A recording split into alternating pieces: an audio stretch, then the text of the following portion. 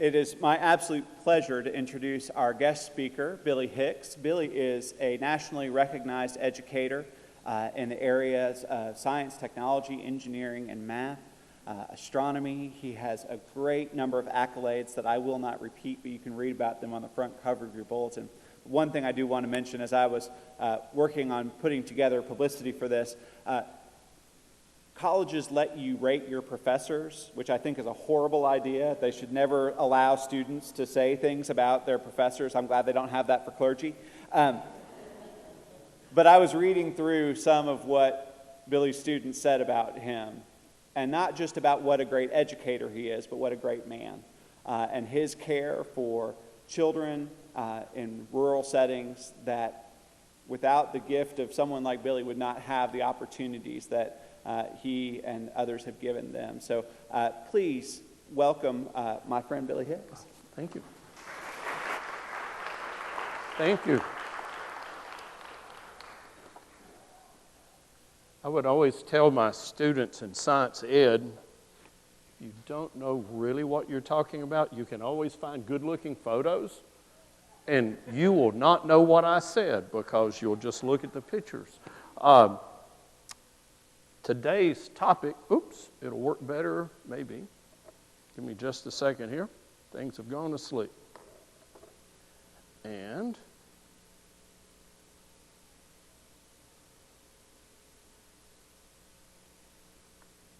all right, we're going to be talking about really how small do you make God? But before I get into that, and I know we got to really watch our time, we're running a little late.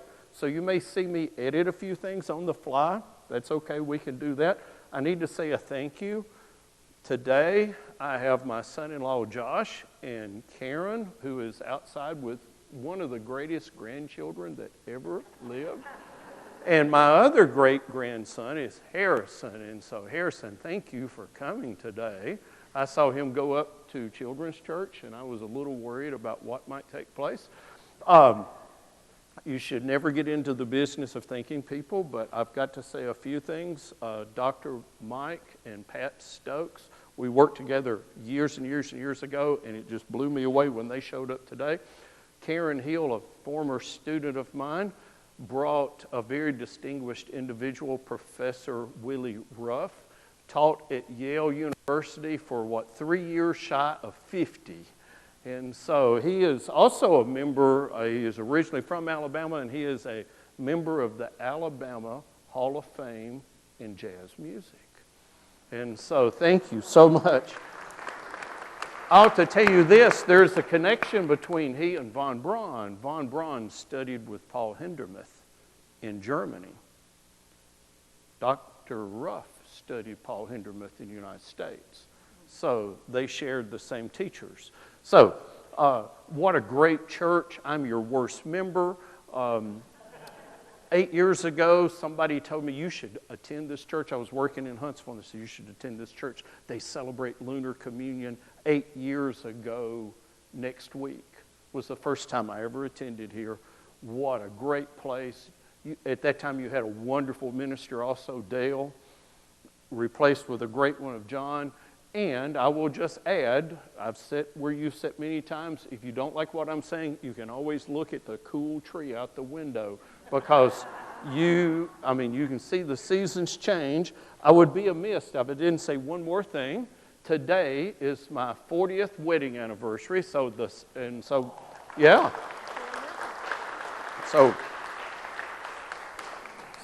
gift to my wife is that you get to hear me again.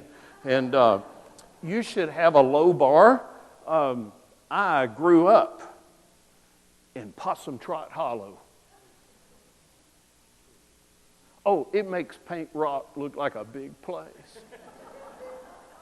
I lived at the intersection of Possum Trot and New Herman, and I fished in Possum Trot Branch. Possum is obviously very important. So when I used to make a lot of presentations in Washington, I would always try to tamp down expectations by going, look where I came from.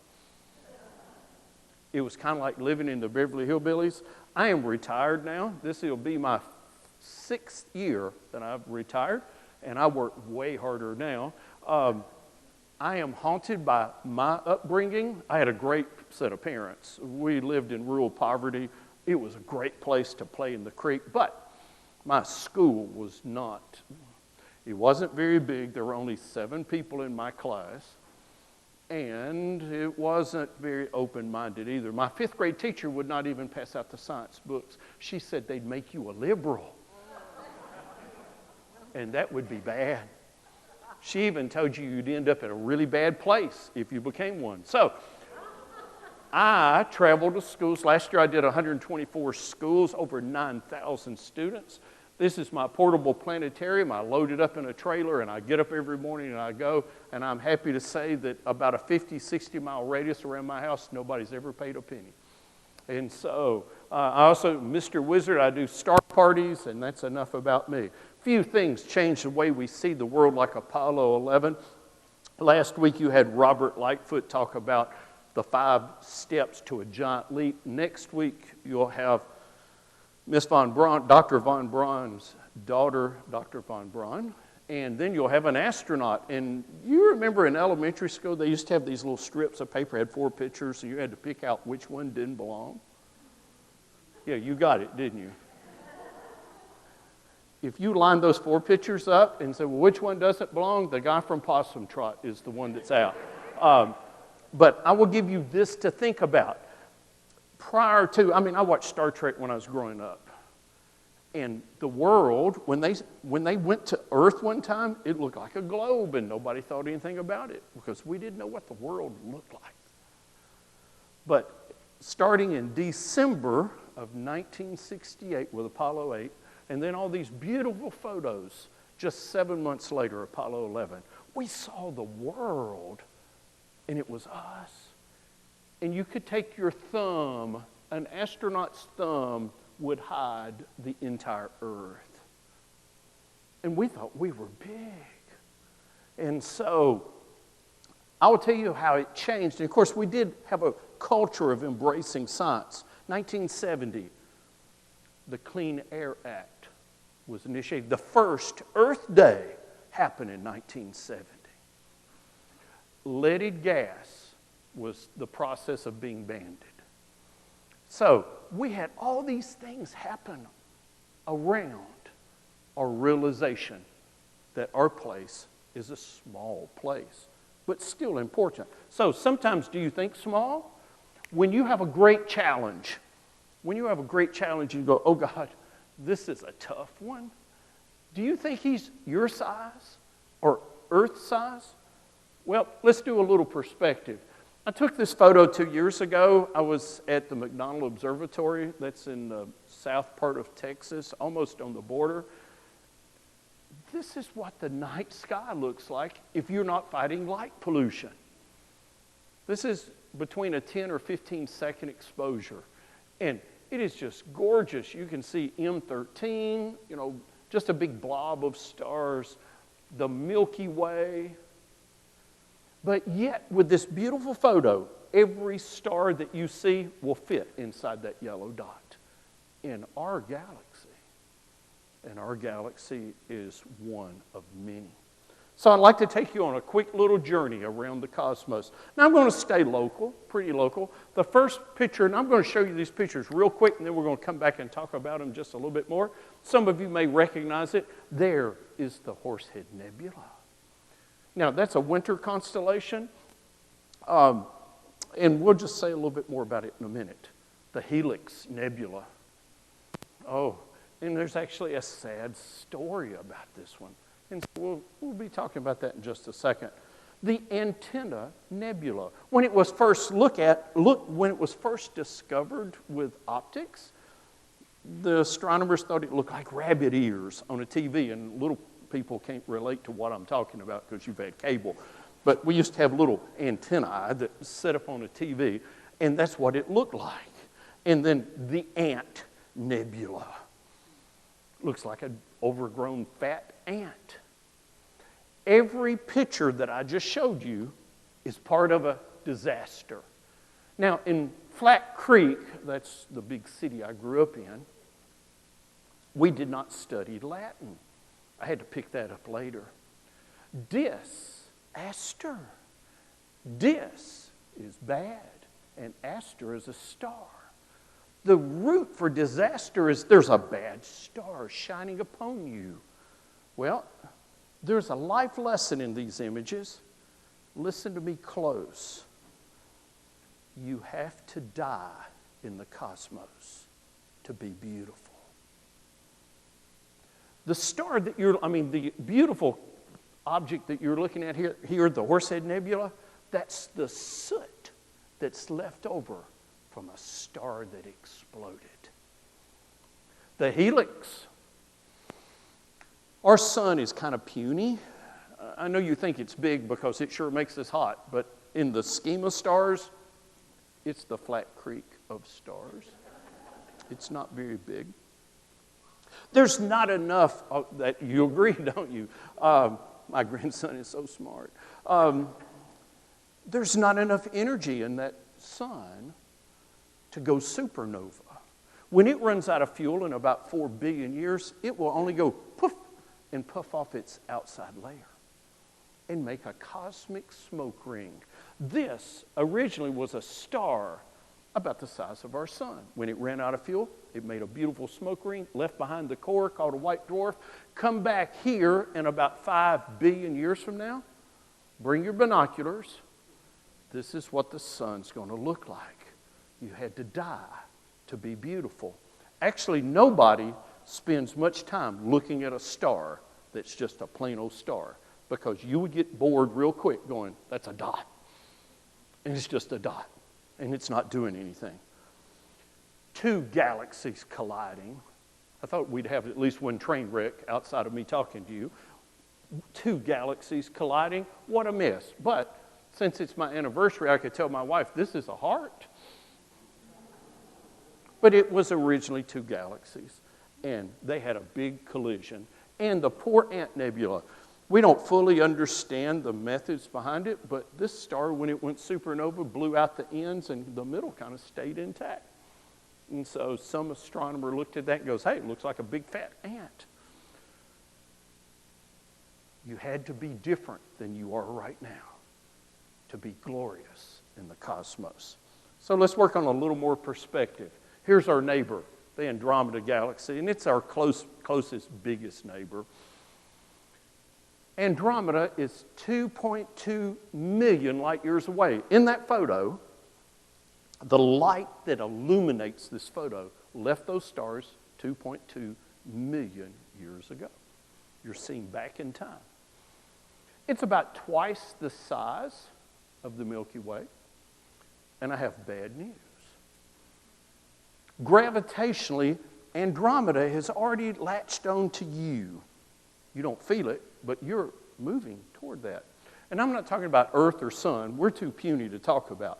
We're talking about it's latched onto the Milky Way. The Milky Way galaxy is headed straight toward the center of that galaxy at about 70,000 miles per hour. So you're really moving fast. The next time, if you're like me and you got to where your knees hurt and your hips hurt and everything and you can't move as fast, if somebody goes, you got to move faster, you need to go, I am moving at 70,000 miles an hour. I mean, like, how much faster would you want me to move? Now, that's our nearest neighbor. Now, don't panic. I see this look. Your eyes have finally gotten big, and I appreciate that because I love talking to you small people.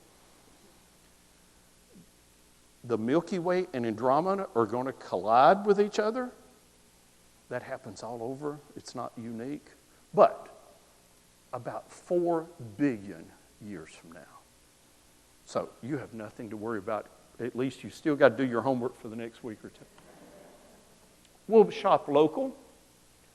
We live in the Orion Spur. That's just an arm of a barred galaxy called the Milky Way. And so I would like to give you an edge on view to give you a little perspective. Here's our galaxy.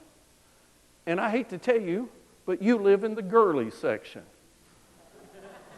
You're way out here. Now, I know that some of you would disagree with me. I saw you lean over. I really watched the audience real close because, see, when you teach little people, you got to go straighten up. No, I know what you were saying, I think. I know somebody that's pretty sure they live right here. Yes, because you know that they think the whole universe revolves around them. They're the dead center. But I am so sorry. You live out here, but we'll zoom in this box here. And when we zoom in this box, you're going, well, this is a lot cooler and looks a lot more like home. And surely to goodness, we're one of those nice fat stars. You see, I want you to see how small you are and how big your God really has to be. Our sun is not even big enough to show up at this resolution. You also remember when you were a little kid how they used to have you sort things from big to little. That was a great skill. Well, I have taken pictures of some of the local stars. There's Antares. It's right above your head tonight. It's in the heart of Scorpius. The scorpion, Betelgeuse. Betelgeuse is in the arm of Orion. That's a winter constellation. And maybe the only thing you will remember from my talk today is that if you could see Orion, he's holding his hand up like this. Betelgeuse is right here. And Betelgeuse in Arabic means armpit. Rigel, Arcturus, Pollux, Sirius, the brightest star in the winter sky. And if you're not on the front row, you can't even see our sun. Yes, I like it. It's like mic drop. When you go, oh, that's unbelievable. You thought we were big.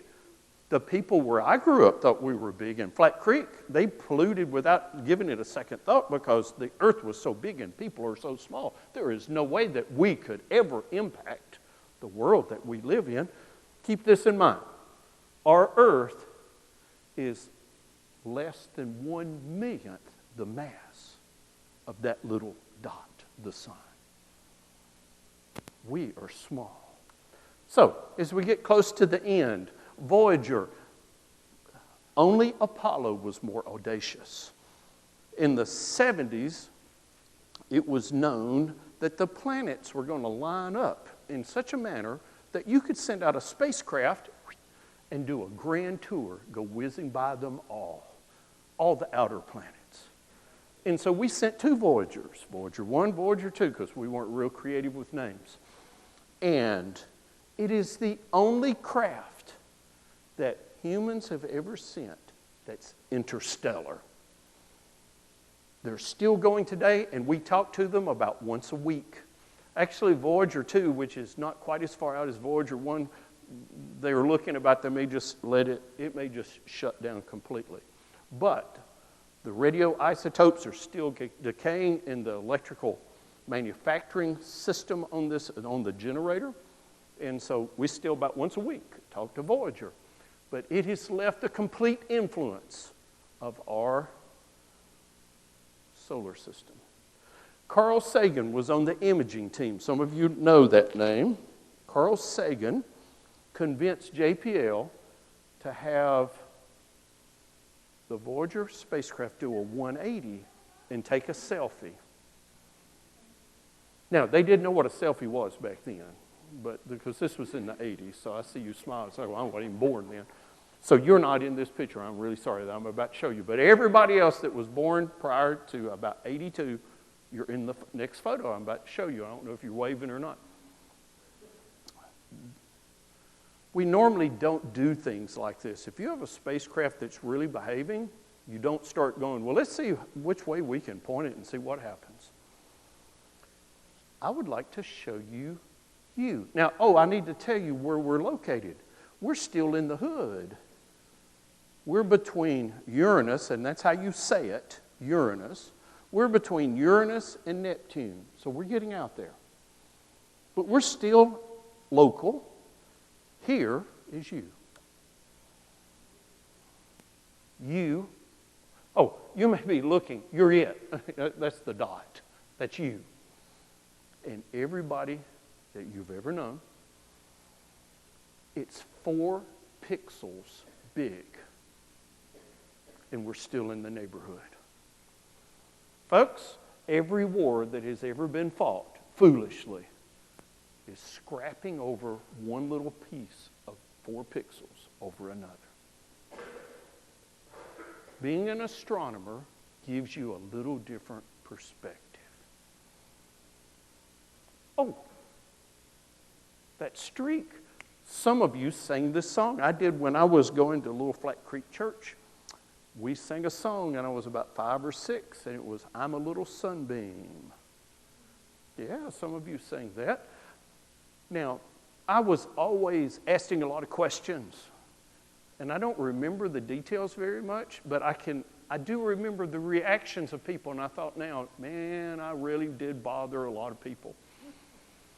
Because Miss Landers was my Sunday school teacher in the 5th and 6th, when I was 5 and 6, and I remember asking her, "What is a sunbeam?" And I don't really remember asking her that, but I remember the response so well. "Sit down and sing." Which told me that she just wasn't into it very much. If it hadn't been for a sunbeam, you wouldn't even be able to see home. So where does that leave us? Well, I've traveled in the local neighborhood trying to convince you that when you have problems, when you have challenges, God is big. I mean, think about it. You profess that the creator of the universe has to what? Go forth to the boundaries of our known universe. But yet when you have a problem, it's like, I don't know if this is, I don't know if you can help me out here or not. So I'd like to end with this last beautiful photo. I apologize for running over. Folks, Hubble Deep Field. When I first started working for NASA back in the 90s, this photo was famous. It made the cover of Newsweek and Time magazine at the same time. That's a bunch of paper we used to put together. I see that smile. It's like, well, did you read it on the iPad? But we didn't have those yet. Here's the reason this photo is so famous. First of all, this photo is in an area of the Dipper part of the Big Dipper. So it's not secret, it's just in the Dipper. If you point a telescope, even big telescopes, in the place where this picture was taken, you see absolutely nothing. The director of Hubble at that time had some discretionary days, and he allowed 10 of them to be used on a crazy project. Point to an empty spot in the sky, open up the camera lens, and it's a 120-hour total exposure. That means we stared at the same spot and let photons slowly expose. And it blew their mind when they looked at the image. It was full of dots. And I'm here to tell you there's only one star in the photo. Everything else you see in this photo is a galaxy. And if you have no life at all, there's 3,614 galaxies in this photo. That's pretty awesome. And you know that the Big Dipper, you think, well, the Big Dipper's not all that big in the sky. But let me give you my final perspective. If you want to know how much sky this one photo covers, take a grain of sand, hold it as far out as you can reach, and it's not far enough for a little person. You got a little big person do it. The amount of night sky that is covered behind that grain of sand matches this entire photo. And within it, a host of galaxies. When I was in college, they used to tell us that there might be 10 million galaxies. Because of Hubble, we know they missed it by at least a factor of 10. And it could be a factor of 50. I can truly look at you and tell you there are more stars than there are grains of sand on every beach on planet Earth. That's how big your God is. And so the next time you are challenged, the next time you face challenges, just remember, the person who made the universe made a really big place. Thank you so much for letting a little fella from Possum Trot come and speak to you today. So, thank you. And thank you, John. Thank you so much.